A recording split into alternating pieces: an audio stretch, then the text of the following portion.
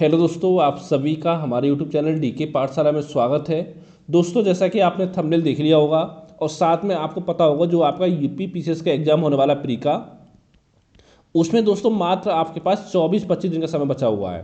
तो दोस्तों देखिए, जो अंतिम समय बचा हुआ है उसमें क्या रणनीति आपकी होनी चाहिए वो मैं आपको बताने वाला हूँ। सबसे पहले देखिए दोस्तों, जो बचे हुए समय में सबसे ज़्यादा फोकस करना है आपको रिवीजन पर, यानी जो आपने पढ़ा है उसको बार बार आपको रिवाइज करना है और आपको कोशिश करनी है जहाँ से आपके ज़्यादा क्वेश्चन पूछे जाते हैं उन सब्जेक्ट को बार बार आपको रिवाइज करना है।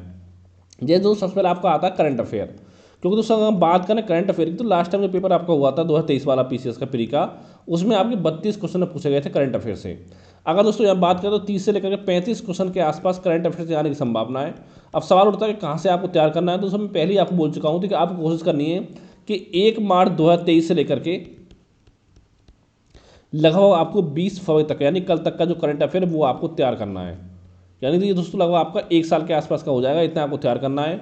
और दोस्तों कम से कम आपको 2 मैगजीन पढ़नी पड़ेंगी अगर करंट अफेयर को अच्छे से तैयार करना है। अगर दोस्तों बच्चे समय में अगर 2 मैगजीन आप पढ़ना नहीं चाहते हो तो मैं पहले ही आपको बता चुका हूँ कि मैंने आपके नोट्स बनाकर तैयार किए करंट अफेयर के, जो मैंने जो मैंने आर एग्जाम में बनाए थे, जिसमें दोस्तों 18 में से 16 क्वेश्चन हमारे नोट्स से पूछे गए थे। ठीक है, अगर आपको करंट के नोट्स लेना है तो दोस्तों ये मेरा व्हाट्सअप नंबर है 7042654209। ठीक है, इस नंबर दोस्तों मात्र आपको 100 रुपये का पेमेंट करना है और पेमेंट करके आप मुझे स्क्रीनशॉट भेज दीजिए। इसी नंबर में आपको नोट्स प्रोवाइड कर दूंगा पूरे करंट अफेयर के। ठीक है, यानी कि हमारे नोट्स पढ़ने के अलावा कहीं और से करंट अफेयर पढ़ने की जरूरत आपको नहीं पड़ेगी, उसी में आपको काम हो जाएगा। पहले दोस्तों बात होगी आपकी करंट अफेयर की, फिर दोस्तों इसके बाद हम बात करें इतिहास की। दोस्तों यहाँ पर सबसे ज़्यादा क्वेश्चन बनते हैं इतिहास से, वो बनते हैं आपके आधुनिक भारत के इतिहास से, आधुनिक इतिहास से। ठीक है, लगभग दोस्तों 12-14 क्वेश्चन की संभावना आपकी है, लगभग 12 क्वेश्चन के आसपास आपके एग्जाम पूछे जाएंगे आधुनिक इतिहास से।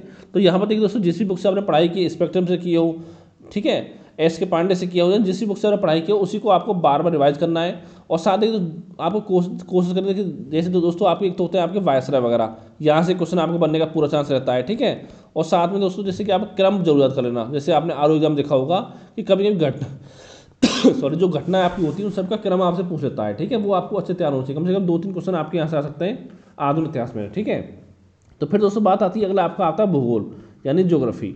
चाहे दोस्तों आपका भारत का भूगोल हो चाहे विश्व का भूगोल हो, अगर इसमें हम जनगणना को शामिल करते हैं तो लगभग 20-22 क्वेश्चन आपके यहाँ से भी पूछे जाते हैं। तो ज्योग्राफी दोनों आपको तैयार करनी है, चाहे परीक्षावाणी से पढ़ रहे हो चाहे महेशवाणी से पढ़ रहे हो, यानी दोस्तों जिस भी बुक से आप पढ़ रहे हो उसी को आपको बार बार रिवाइज करना है।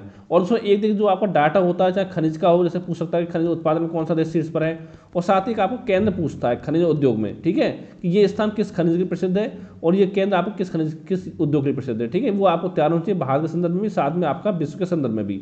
और दोस्तों एक क्वेश्चन बन सकता है आपकी जनजातियों से, चाहे पूछ सकता है भारत की जनजाति, चाहे पूछ सकता है आपसे विश्व की जनजाति।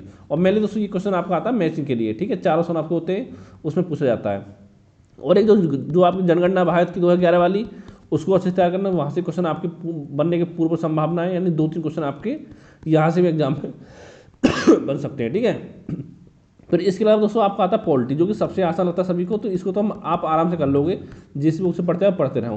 लेकिन दोस्तों इतना समय नहीं, अगर आप चाहते हो कि भारतीय अर्थव्यवस्था को छोड़ दो कोई दिक्कत नहीं है, तो ज़्यादा क्वेश्चन आपके नहीं आते इसमें। जो क्वेश्चन आपके आते हैं अर्थव्यवस्था, वो मेनली आपके करंट अफेयर बेस पे आते हैं। तो करंट अफेयर जो आपका अर्थव्यवस्था का, वो अच्छे से आपको तैयार होना चाहिए। ठीक है, और फिर बात करें पर्यावरण की, तो इसको पढ़ लेना आप घटनाचक्र पूर्वावलोकन से, उसी से आपका काम हो जाएगा पर्यावरण में।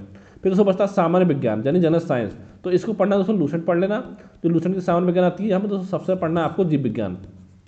ठीक है, जीव विज्ञान पढ़ना है, और फिर आपको हो गया भौतिक विज्ञान, और सबसे लास्ट में पढ़ना आपका रसायन विज्ञान। तो सबसे कम क्वेश्चन आपके आते हैं रसायन विज्ञान से। ठीक है दोस्तों, ये पूरा जीएस का आपको हो गया है। और एक दोस्तों यूपीजी के, उसके ज़्यादा क्वेश्चन आपको नहीं आते हैं, तो मेरे पास एक पीडीएफ है यूपीजी के की, अगर वो चाहिए तो मुझे व्हाट्सएप पर मैसेज कर सकते हैं, मैं आपको प्रोवाइड कर दूँगा, उसको पढ़ लेना, उसी में 2-3 क्वेश्चन आपको मिल जाएंगे। ठीक है, तो 4-5 क्वेश्चन आपके आते हैं, ज़्यादा क्वेश्चन यूपीजी के से आपके एग्जाम में नहीं पूछे जाते हैं। और दोस्तों देखिए बचा हुआ समय, उसमें आप कोशिश करें लगभग आपका एक टेस्ट सीरीज आपको डेली सॉल्व करनी है, और साथ में जितना आपको हो सके आपको बार बार रिवाइज करना जो भी आपने पढ़ा है।